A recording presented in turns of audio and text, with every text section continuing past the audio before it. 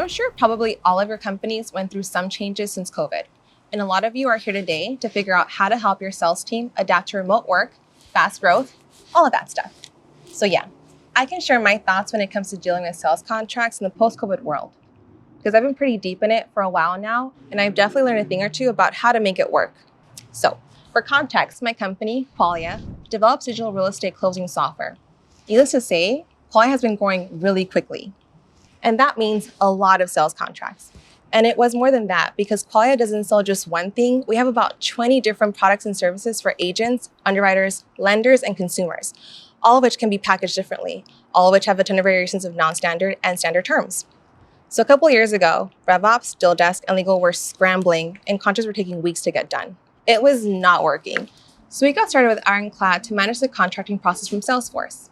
And our average contract time has gone from almost 20 days to less than 5 days for contracts of all types. All right, so there's a lot I could talk about when it comes to speeding up your sales contracts with Ironclad, especially as it has to do with Salesforce.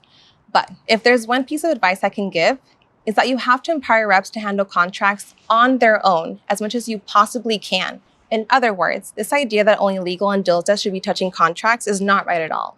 The more you empower your reps to handle contracts themselves, the faster they can get the deals done. But of course, there are two issues to that. How do you get reps to use a new system? And once you do, how do we make sure they use it the right way without exposing the company? And what I found is the answer to both questions is the same. You have to make it as easy for them as possible to do it in the way that you want them to do it. And so if they want to go off the rails, it should be harder for them to get the contract done.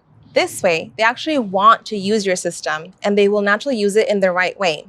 And so here's how it works for us. When it's time to move to contracting, the reps can launch a new contract from Salesforce. And it's never a question of which contract. All they have to do is click a button, and the system knows what SKU and contract type they need. It's faster for them, and they can't make a mistake. In fact, once they launch, the reps only have to fill in a couple fields because most of the details have been pulled in already.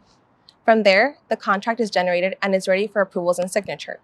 Then we get to negotiation. It's all designed for reps to handle 90% of it on their own. They can change the terms and update the contract in a couple of seconds. They don't even need to look at the document. And of course, reps end up wanting to work in here because this is where deal desk, finance, and legal live too. It's easy to get questions answered and get sign-off from your stakeholders. Then they can fetch signatures from here too. And ultimately, everything feeds back into Salesforce, so they don't have to update the record or attach any files. It's all taken care of. And yeah, it works, because honestly, I don't remember the last time we had to remind someone to do it the right way. They just do it. But I'll say the key is the process of asking yourself, how do you make this as easy as possible? Because the answer is going to be different for you than it is for me. It's all based on your sales motion, your org structure, and even company culture.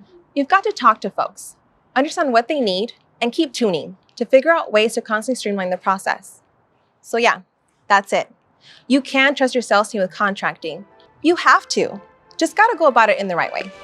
I hope this helps.